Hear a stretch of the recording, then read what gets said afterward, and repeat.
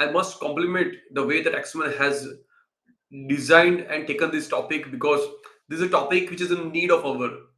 It's a topic for a future. And even though we are discussing about compliance part, however, I think we all are very much important to understand that this is related to each one of us and for our future generation. So let me share my presentation and then we'll discuss on the topic more.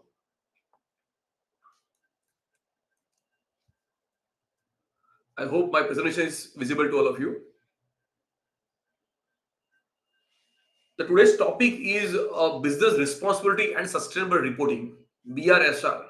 It is being known in general as a BRSR compliance in India. I think my first point is to talk and discuss about, don't interpret only it as a compliance. Don't see it's only a BRSR compliance. I think when we just look at and spell the word in detail, BRSR means what? It is a business responsibility and a sustainable reporting. I think when we read the words in particularly, then we realize how much it is relevant and how much it is very important for each one of us. It mentions two very important aspects. One is a business responsibility. So it is not something which is about compliance only. It is much more than that. It's not. It's about talking about a responsibility business of every company which does business in the world. And second is about sustainable reporting. So when we use the word BRSR, then primarily probably we may not be able to understand or take that particular liberty to look at the way the responsibility is assigned on the business.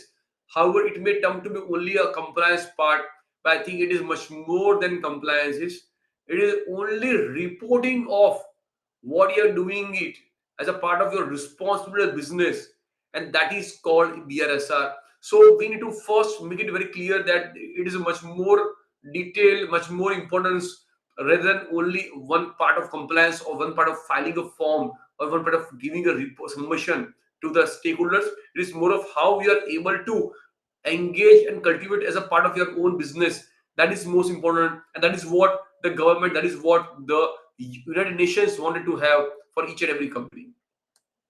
So today's agenda primarily talks about, obviously we are going to more focus on BRSR, but in my humble opinion, we cannot understand the BRSR if we don't understand why this is and what is the reason behind that and how much important this is to have this BRSR for all of us.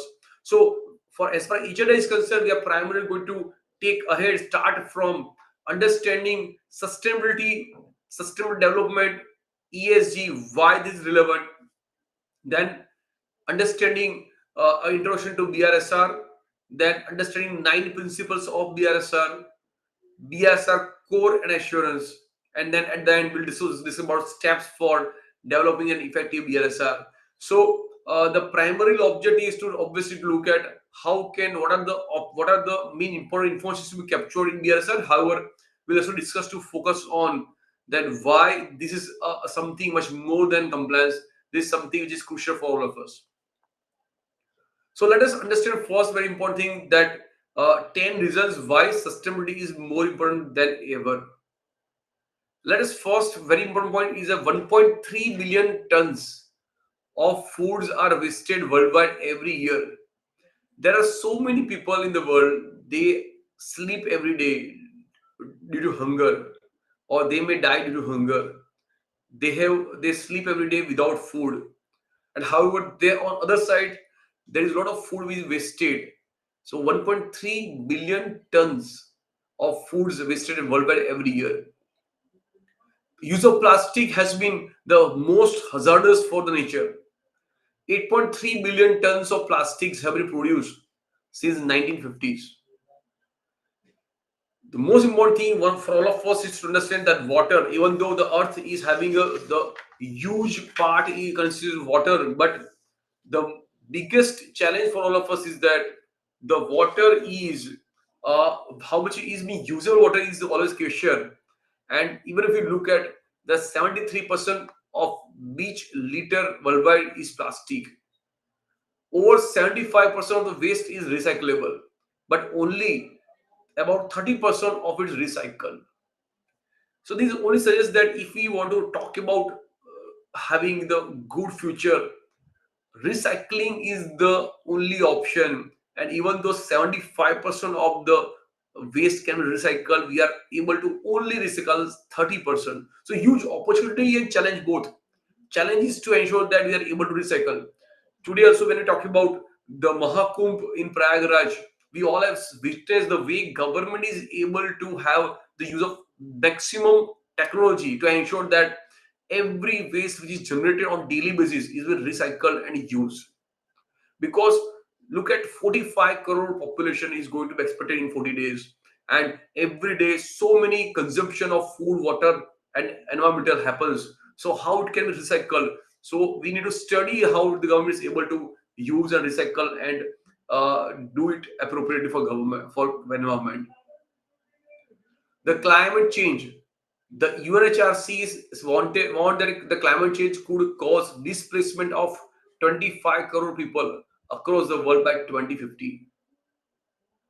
One of the most important things is that we've seen there is a recent fire in Los Angeles where celebrities, Hollywood celebrities, and lot many people connected, friends connected with them, has faced the issues of how the fire can erupt the life of the people who was there.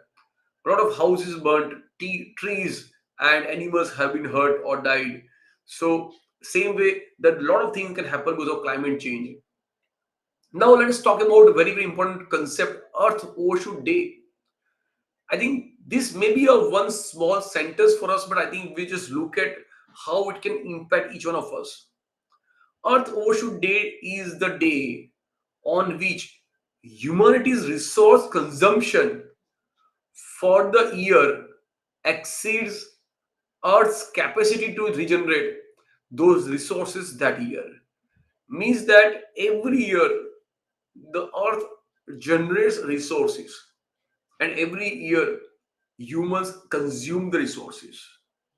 So Earth Overshoot Day is that whenever some generation happens, but our consumption is exceeding generation, so that means what we are going to eat something of the our future generation. So Earth Overshoot Day was started in 1970, where 30th December 1970 was decided as a date for Earth Overshoot Day. Today, in 2024, the Earth's Overshoot Day is a 1st August 2024. That means what? After 1st August 2024, whatever consumption which is being done by the humans on Earth, they are eating from the rights of the future generation, because Earth doesn't have capacity to generate every year, and it goes exhausted in the July end, and from 1st August onwards, whatever is consumption is something which were at the cost of our future generation. 92% of world population lives in places where air pollution exceeds safe limit. Then fresh water, we discussed recently that a mere 1% of water on Earth is fresh water. 20% of higher risk of dying from lung cancer than people living in less polluted area. 500 million cars in the world, and by 2030 the number will rise to 1 billion. This means pollution levels will more than double. So friends, I think this just provide you the bird's eye view of the issues which we everyone may face today, tomorrow, and our future generations, and how it's possible that we all have a responsibility, and the biggest responsibility lies in the business, and that's why the word is a business responsibility about sustainability. And that about sustainability, how they have done responsibility is being reported by way of the BRSR, and that is what the Indian government has been done. And we may be on the forefront as far as the sustainable development compliance is concerned across the world. So what is sustainable development? A development which is known and which is liked by everyone is the development that meets the needs of present without compromising the ability of future generations to meet their own needs. So any development which is at the cost of others, any development which is at the cost of future generation is not a development which we want. There can be the crores of rupees of profit which is done, but if it is affecting, if it is a cost of others, I think it has a huge price to be paid by generations to come. So sustainable development is the need of every business to understand that if you want to grow, if you want to have development, then please have the sustainability at the core center of every company. And then only whatever growth which you have achieved is miserable in terms of the profit. And then only profit is not a figure. Now the BRSR is extending the scope of the performance of the company from financial performance to the non-financial performance. BRSR may have been started a couple of years back, and the companies have started reporting it. Probably the evolution parameter has been missing somewhere because the awareness is not so much created, and that's why the people may not be able to understand, interpret. How in the future, I'm sure that the more emphasis will be provided on sustainable development, sustainable reporting than the financial, because as a company whole, we everybody appreciates a company which provides a equal focus on both sustainability and financial. Only financial performance may not be sustainable over a long period of time. Now let us understand about the BSR requirements in India. SEBI has mandated top 1000 listed companies by market capitalization, and that is being compulsory for BSR from financial year 2020 to 23. So already it's like 2 years already lapsed, and now we are the third year of the BRSR in India. But however, when you just look at the BRSR, so we all have to understand that even though the SEBI is mandated recently 2 years back, but it all started since more than 14 years.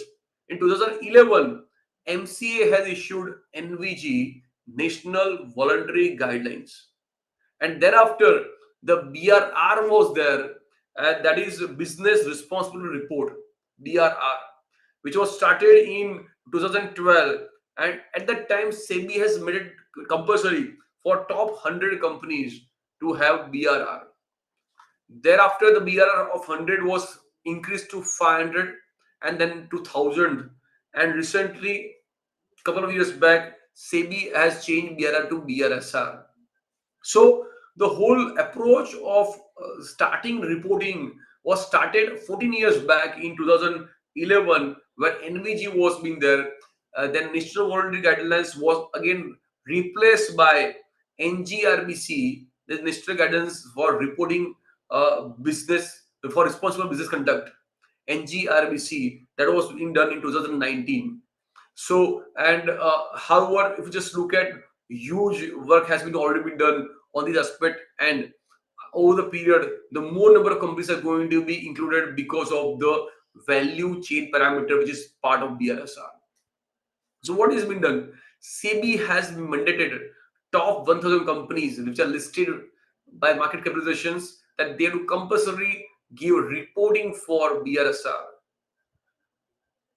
Why BRSR is very important? Because first, it is been disclosed, it is a part of annual report, it is a part of your MCA filing, it is part of annual report. Every investor, every person who is concerned, connected with the company has understanding about how the company value, what kind of step which is taken by the companies for the purpose of this reporting. Probably it may take time for everybody to understand, interpret, because there has to be a training awareness created how to report, how to understand, how to interpret it. However, I think as we talk about that, the journey started in 2011 and today in 2025 we are there, and it has evolved with the period, and it is always going to take a lot of training and awareness program, and now in the future, I'm sure that the investors and everybody is going to also give equal emphasis to the non-financial reporting along with the financial reporting.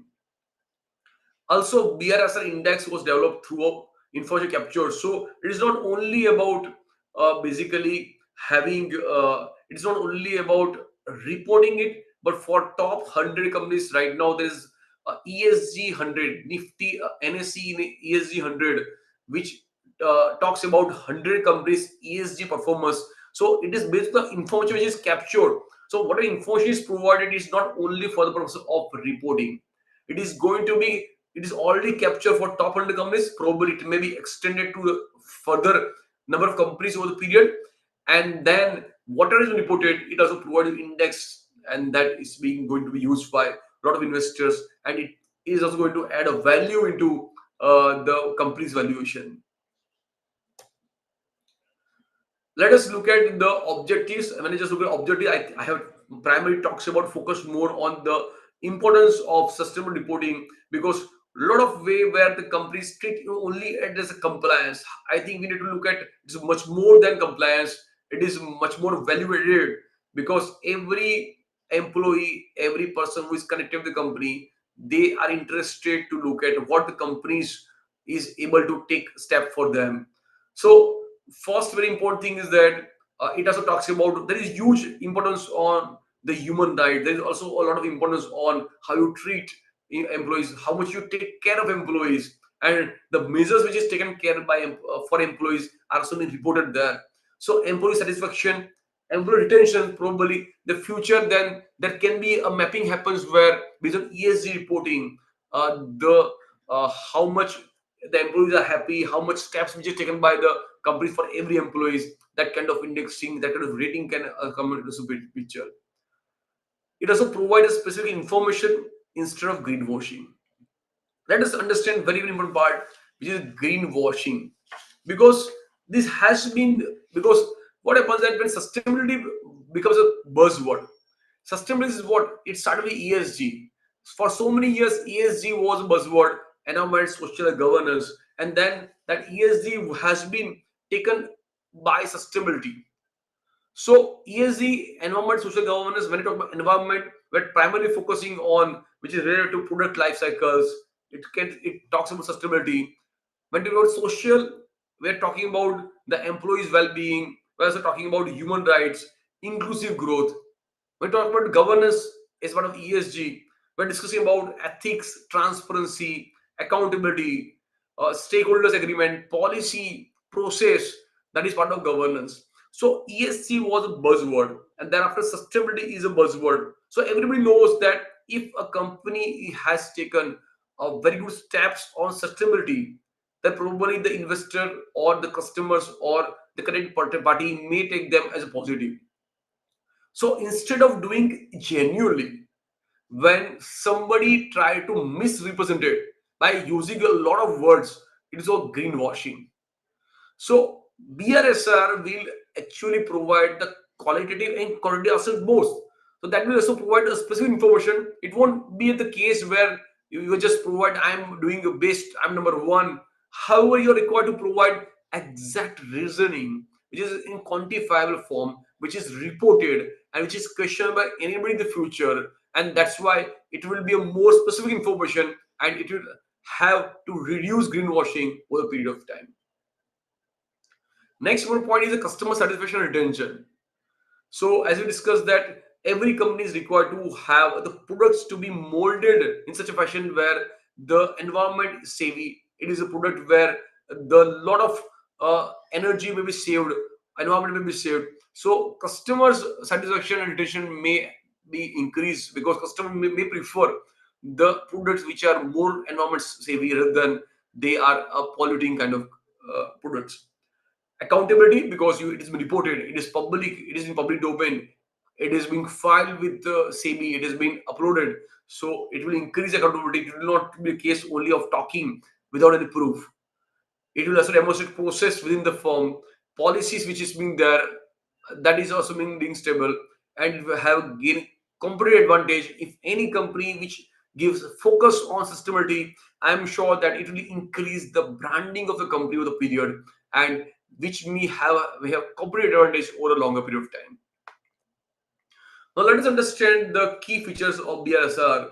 So the objective is to promote transparency and accountability. I think these are the main two important point of why the BRSR is required. It's promoting transparency. I think providing information which is open to everybody, no greenwashing, provide a specific content details which is in the format table which is being asked. It is not only to provide information which I want to provide it. It is about the questions which are designed. There are specific question designed, just common question designed to everyone, and which ensures comparability. And then you have to provide response to each questions. Otherwise, what happens that I may provide some information which may be just to catch attention. However, how much is relevant, no one knows. So it provides transparency, accountability. It encourages businesses to adopt sustainable practices, because what has been seen here is that probably BRSR compliance may be the starting point. However, when the discussion happens, when interaction happens, over the period to have the better visibility in the better positiveness for the stakeholders, the companies may adopt good practices which can be helpful to have sustainability. Features, they are alignment with the global sustainability framework like SDGs and GRIs. GRI is a global reporting initiatives, and SDG is a sustainable development goals. There are 17 SDGs which are there, which are being aligned with these frameworks. Focus is on both qualitative and quantitative disclosures. And BSR covers both leadership and essential indicators. Leaderships are where it is advanced reporting. It is optional, but essentials are compulsory. So BSR is divided into two parts. One is essentials, and second is the leadership. Essentials are compulsory for every company to report. Leadership, it is recommended to have more information on leadership. However, it is not compulsory. Now let's have overall structuring understanding of BSR reporting. There are three sections in BRSR. Is there section A, which is on general disclosures. Section B is on management and process disclosures. Section 3 is principle wise performance disclosures. So section A is providing a general disclosure. There are 26 points in section A, and there are 6 different categories of 26 points in section A, which includes details of listed entities, which are product services, information about holding subsidiary associated companies, market serves, employees related information, what is the representation of women, CSR details, transparency, and compliances. These are the general information which is covered in part A, section A of BRSR reporting. Section B is primarily focusing on the management and process disclosure. So policy, what is the internal policy of the company as far as sustainability is concerned? How much the management is inclined toward that? Who are responsible person in management? So there are two main parts in section B. One is of policy and management processes, which covers policy covering all 9 principles. Then so it starts with policy, and then there are a lot of questions which talks about what the company has done, which start from policy. Then the procedures, which talks about policies which are aligned with the policies. Policies are aligned with the 9 principles. Then it talks about the commitment and goals which is to be taken capture over the period. At the end, what is the performance of an entity over the period? And second point, which talks about governance, leadership, and oversight. It primarily focusing on who is responsible for BSR, at what level, which particular person, the director is responsible for BSR, at which level they have fixed responsibility of BSR. That also gives the how much important the company treats the BRSR for a particular company. So governance, leadership, and oversight. So section B is primarily focusing more on the governance aspect, which start with policy process, and then it also end with governance, leadership, and oversight. Then the very, very important point, there's a heart of the BSR, is section C. Because SDG, when you talk about the sustainable development goal, there are 17 SDG and there are 9 NGRBC. NGRBC stands for National Guidelines for Responsible Business Conduct. There are 9 NGRBC, 9 principles of NGRBC, and then there are 70 SDG. So section C talks about the principle-wise performance disclosures. So what there are 9 principles. For each principle, there are essential indicators and leadership indicators. So for each principle, there are 9 principles as per NGRBC is concerned, and for each principle, there are 2 parts. One is essential indicators, and second is the leadership indicators. Essential indicators are compulsory for every company to fill up. Leadership indicators are not compulsory. It is recommended for the companies to look for that and report over the period of time. So the section C is matching and mapping the information reporting with each principles. So let us understand about which are the nine principles and which talks about these NGRBC nine principles. For principle one, P1, which focuses on ethics and transparency. So if I just divide these nine principles into the ESG point of view, so with respect to environment, there are two principles. With respect to social, there are three principles, and with respect to governance, there are four principles. So there are nine principles, and every principles are being attached with SDG. And then for BRCR, the section C, the questionnaires are being asked for each principles. So what happens that every company has to report about their what they did, the response to every questions which are provided in the section C, and that questions are principle wise, and these principles are aligned with SDG 17 goals. So P1 is talks about ethics and transparency, which talks about governance and accountability. P2 is sustainability across value chain, integrating sustainability into operations. So when you just about P2 sustainability, it talks about we just look at the questions. So I'm not going to discuss about all questions. It is a big. You can just look at annexure one, which provides you the BRSR core, and annexure two is about BRSR. So in annexure two, it provides a whole BRSR format. So in annexure two, I've just provided you a brief idea: section A, section B, section C. In the section C, there are nine principles, and for each principle, you identify questions. So P2 is on sustainability across value chain, where it talks about the how much investment you are trying to do for research and development. What is your capex information? What are your policies for reclaim of products?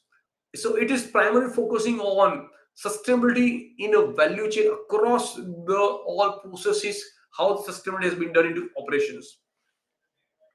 P3 is on employee well-being. So it also asks questions about how much you spend money on your employees' well-being. Earning money is okay, it's all salary is fine, but how much money you spend on insurance of company? If somebody is disabled, then are you able to spend some time, some money on disability of to support the employees in disability? Then what are our retention rates? Whether the employee turnover rate is very high or not.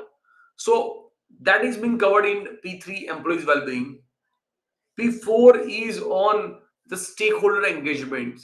So first and foremost, which is covered in P4 is to identify your key stakeholders.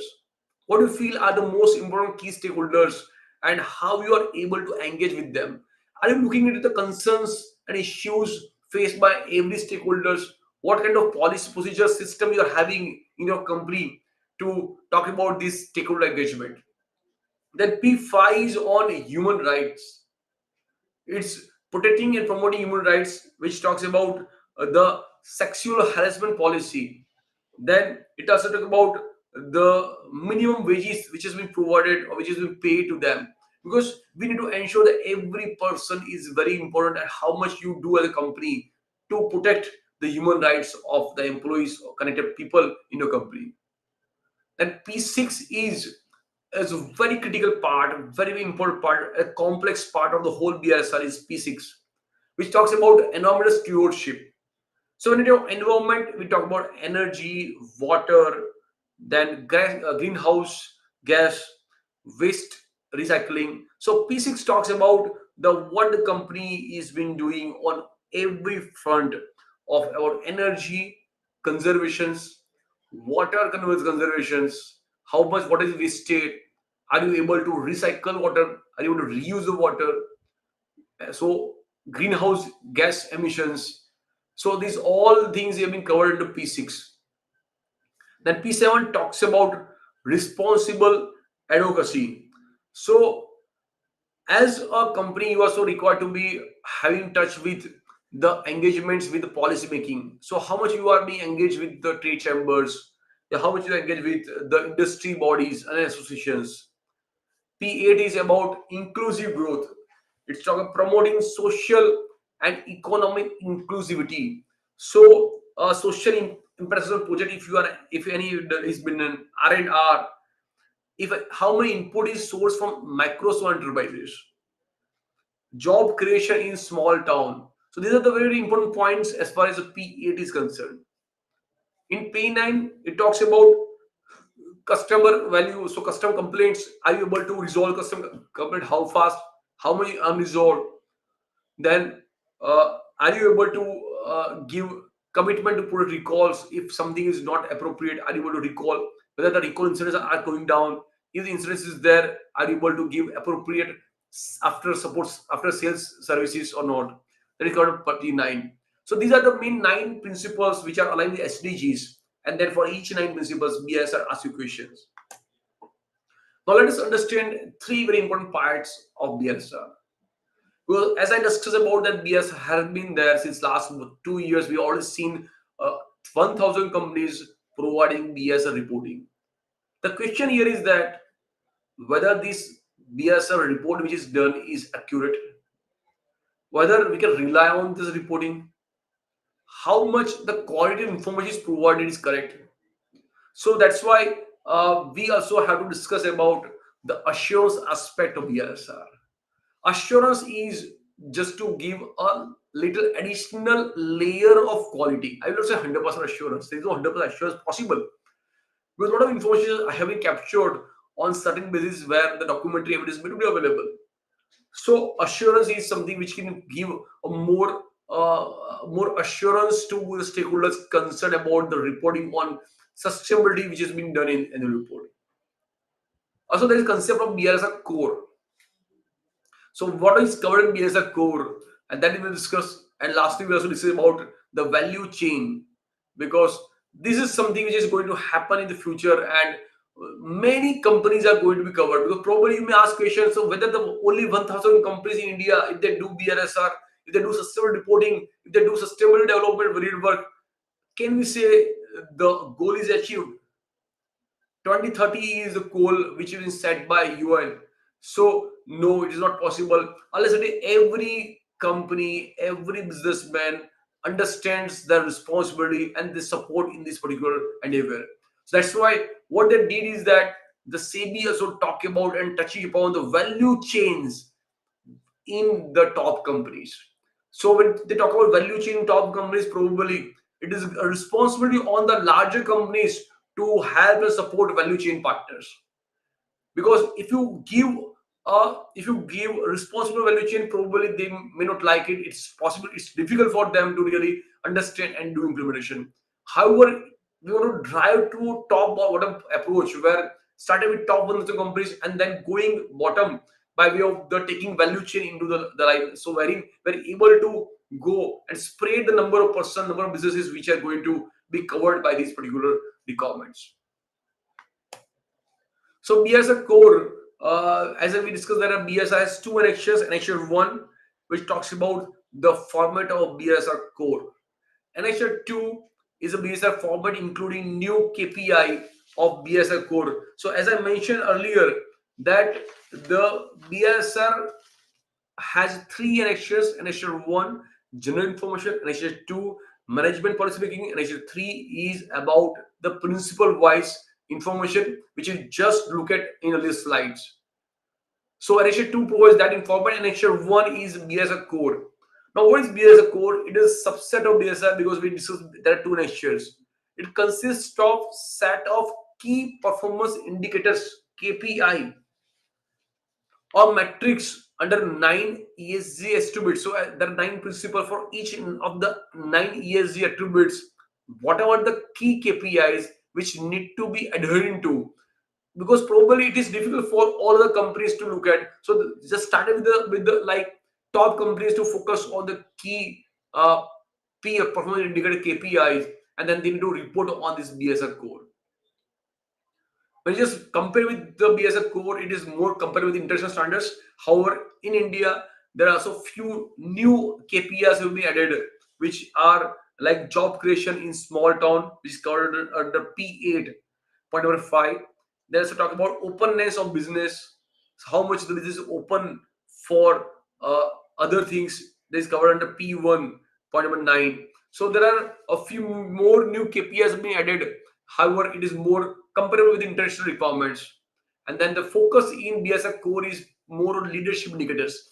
As I discussed earlier, that under Annexure 3, 9 Ps, there are two sections. One is essential, second is leadership. Essentials are compulsory. Leadership is not compulsory. However, for BSR core, the primary focus is more on the leadership related indicators. That is leadership related KPIs, which are very critical, very important for large companies and for a country as a whole. Now let us understand about BSR assurance. The biggest challenge is about quality. If 1,000 companies reports, however, the information is reported is not accurate, then what is the sense of making a report? Something is reporting saying that the company does A, B, C, D, E, F, G, H, I, J, K, L, M, N, O, P, Q, R. However, there are not so much effort which is being done. The information which is collated and provided is not accurate. Then how can it serve the purpose? I mentioned that a lot of investors are going to take decision based on how it is reported. There's ESG 100 index which talks about top 100 companies, how they are reported. However, the information is reported itself is not accurate, itself is not a complete, then the probably the decision making will be at toss. So the BRSR assurance is something which is going to also increase the scope of the number of companies over a period of time. So there have been three aspects which you can understand, discuss in BRSR assurance. First is role of assurance, where the third party validation of the data, third party validation of the reporting will definitely have increased credibility and trust. Also, it requires ensures we comply with SEBI guidelines. Assurance can be of two types. One is reasonable assurance, and second is a limited assurance. So there is always a doubt about which is the more stringent, which is much more difficult. So assurance, both limited and reasonable, are not 100%.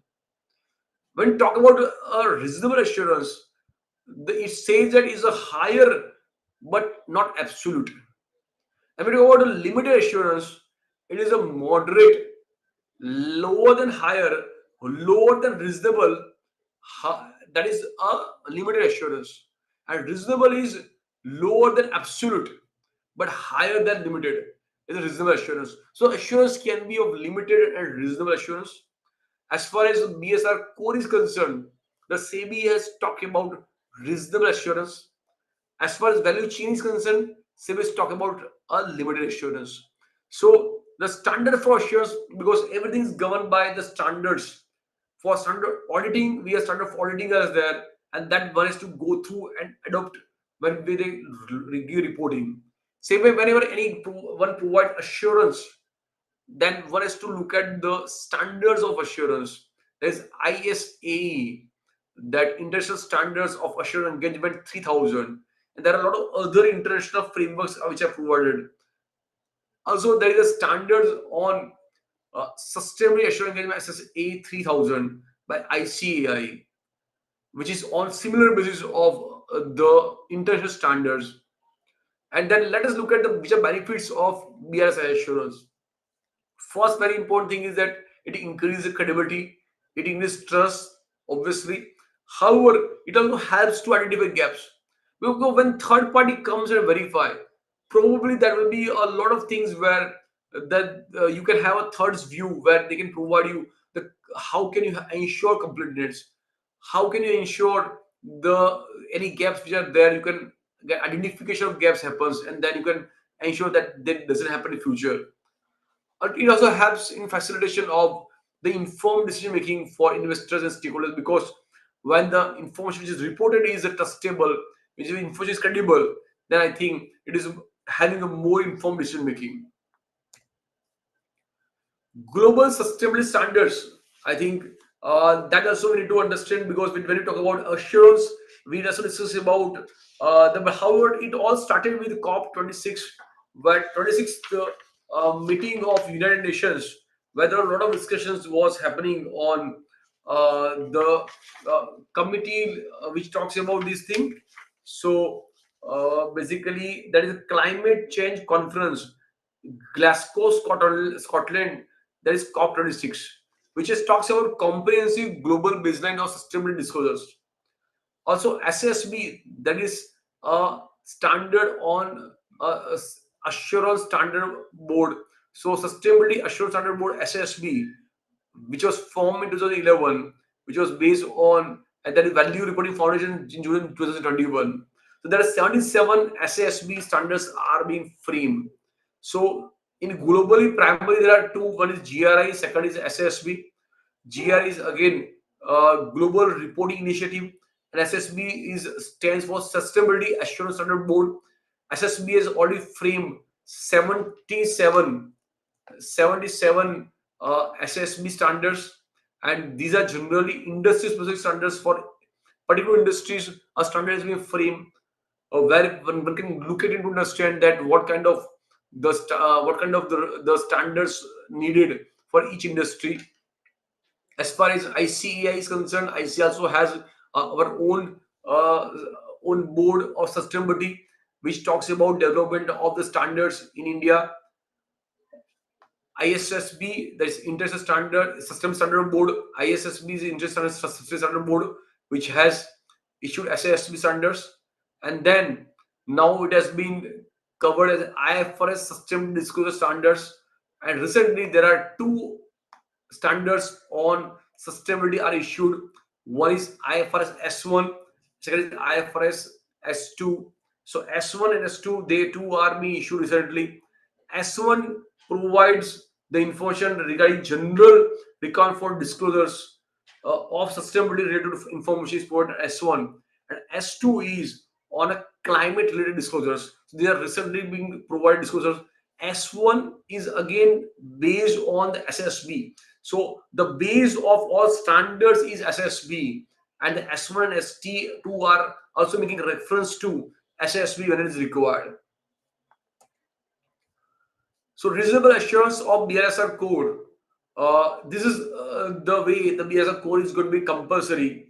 23-24 was the first year where top 150 listed companies are required to provide the BSR Core a reasonable assurance.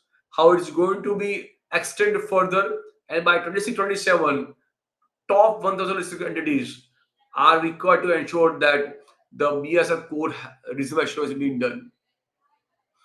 Now, as far as the semi-secularism which has been issued last year, it also talks about the who can be the assurance provider.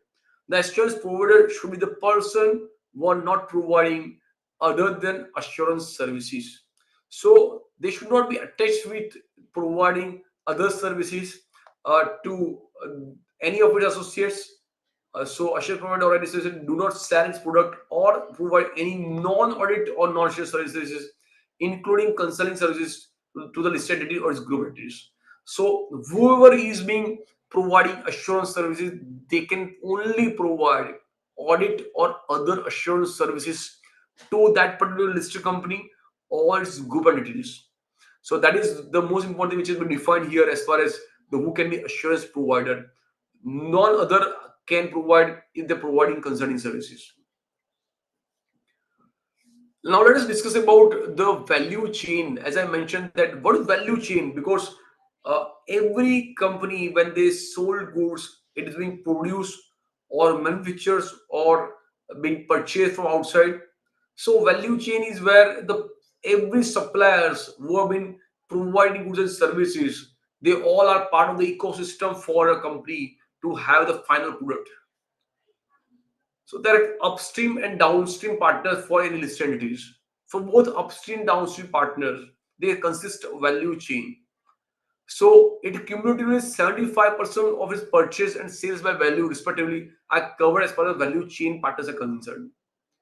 And the disclosure requirement is that option to segregate between upstream, downstream, or you can aggregate also, and scope of reporting and assumptions, assertions to be reported.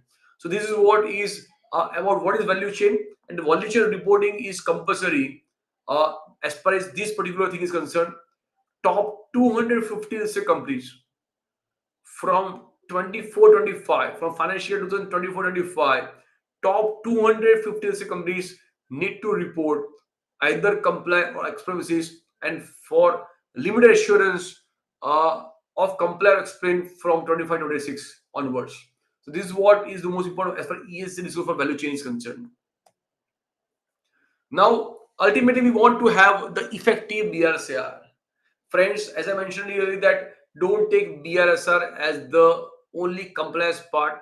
However, we also have to look at the BRSR is a step towards getting sustainability. It is a step towards having valuation, a good valuation of the company over a longer period of time. So, to have effective BRSR, first, the team which is involved into the BRSR, they should have understanding of the regulation, there's understanding of the requirement. They should have a snapshot view of how the BSR Annexure A, Core BSR Annexure A, BSR Annexure B, and the section ABC of BSR has been structured. Need to engage the respective person because the information which is being flowed is not only from a compliance part. The compliance department need to take information from various functions, departmental heads across the company, across different verticals. So the engagement of stakeholders is very important thing. ESG materiality assessment. So once you understand those requirements, then second you have to engage the people who are covered. Third, you have to look at the materiality part, do assessment of material ESG issues, so that you are able to have resolved issues beforehand. Then the most critical part is the data collection. Because collecting data from different points is definitely a big issue. So data collection and analysis to ensure the data collected is quality is a very important part. And then drafting the report, have the first draft report ready, have internal review, look at the way it is disclosed. Is there any quality aspect which has been left out? Is that quality aspect where it is not appropriately being done? Compare with the previous year, compare with the peers to understand that how are you able to have the quality reporting as far as the company is concerned.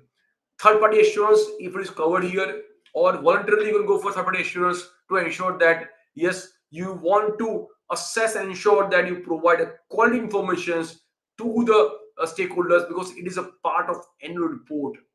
So it is always advisable to go for third party assurance. However, if you're covered into the criteria, you can do compulsory assurance requirement, and then submission and communication is these are the few steps to ensure effective BRSR. The challenges or issues which can come out in picture here, which is about first and foremost is collecting informations. Completeness and accuracy is the biggest issues. Second is preservation of records. The record which is being presented is not appropriate. Tomorrow, if somebody asks question, you are not able to get the information because this it is reported. Everybody has a right to ask questions about the figures reported. So there has to be a source record which is being preserved appropriately. We should have SOP policies of collecting and SOP policies which are required as part of BSR should be there.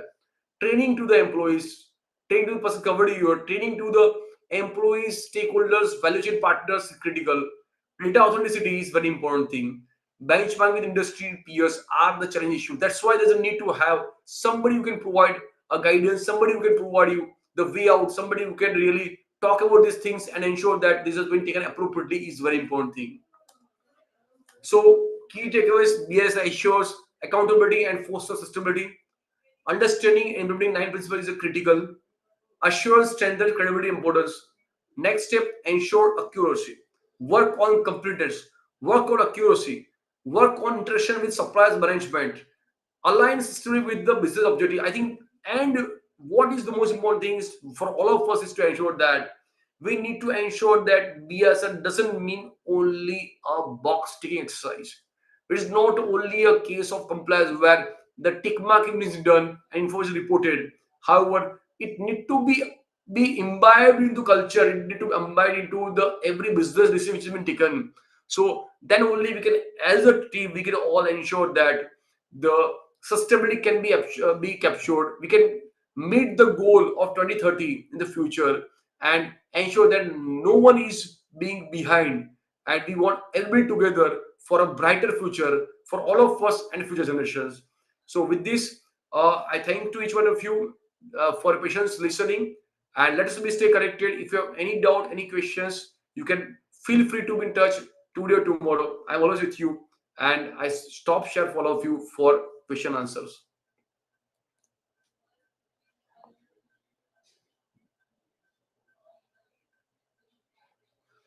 One question which has been received is primarily what does it mean by top 75% of its purchase?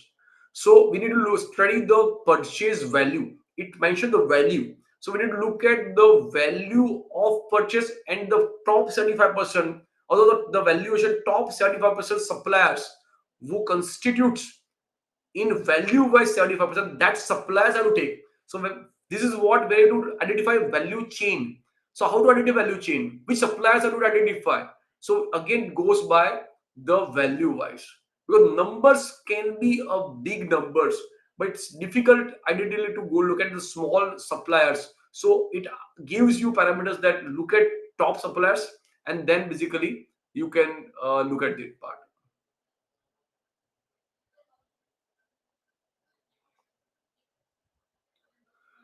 How the same will impact future business working. So yes, basically as a business concern, because today for example, if you identify 10 suppliers as about 75%. So as far as the value chain supply is concerned, you also need to ensure that the sustainability is also something which is not only at your business, it is also at the value chain suppliers level. So tomorrow you also have to look at the how the sustainability is being imbibed by the value chain suppliers. So if in the future the some suppliers may add in your basket which is not able to comply with your sustainability, then your reporting may be a toss. So, as far as the purchase process is concerned, probably in the future, the supplier having the sustainability as one of the most important key aspect, they may be given more preference than other suppliers. How auditors verify this report? So there is a standards of assurance and which provides basically guidance about the how to verify it, but primarily talks about the process where you do understand about the what are your issues, what are the main parameters you have to verify. Second thing that what are the source of the information. Third thing is that getting reporting documentation for that particular part. Fourth thing is that you can also frame a report, talk about limitations if any scope in your scope, it should be part of your scope, and then you can also look at the standards of assurance provided by ICI and also the international standards. Right. Then when we expect BRSR to MSME, uh, see BRSR to MSME, I think it will be a little longer period of time, because what I understand that probably through value chain partners they wanted to move further in this line. So there are one is BRSR Essential and BRSR Light. So BRSR Light version was primarily for non-listed entities.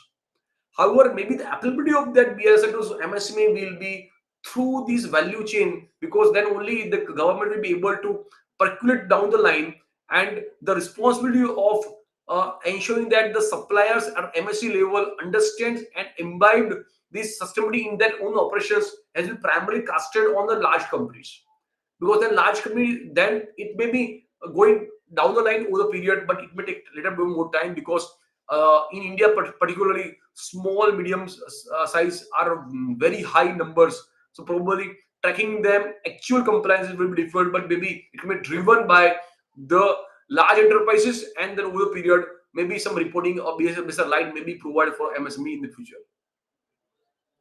But the carbon credit is linked to BSR. Yes, the in BSR annexure C, there are basically certain questions which talks about the how much carbon emission has been done, and then you have to provide reporting on that part. That is also linked into the reporting part in annexure C. In principle wise, the reporting is covered there. Oh, I think there are, yeah, there is one more question. Is GSG included in reporting, and what is its future importance? Yes, greenhouse emission is there part of the P6, principle 6 in appendix C of BRSR. So It is very important thing. Yeah, I think greenhouse gas emission is very, very important part of the whole reporting part. Probably the scope thereof will be included more detail in the future. BRSR core has been giving more importance on GHG, because GHG emission is one of the very important part in BRSR core. That is the first point in appendix in annexure 1. That is BRSR core of GHG RSC. I'm sure that in future, obviously, it is going to be like more rigorous and understanding analysis being done by the government once you report GHG emission in the in by BRSR. So I think, I hope I answered all your questions which I have received live from all of you, and I'm able to do justice to all your questions and all your time. But my humble submission to each one of you, thank you so much, all of you, for being a part of this webinar. This means that you all give a lot of importance to sustainability, because the importance of each one of us on sustainability development is very important for all of us, for future generation. So with this, I am thankful to each one of you. I'm thankful to Taxmann for providing me this opportunity to share my views and thoughts on BRSR and how we all collectively can contribute to the future of the country and future of the world. So once again, thank you, all of you.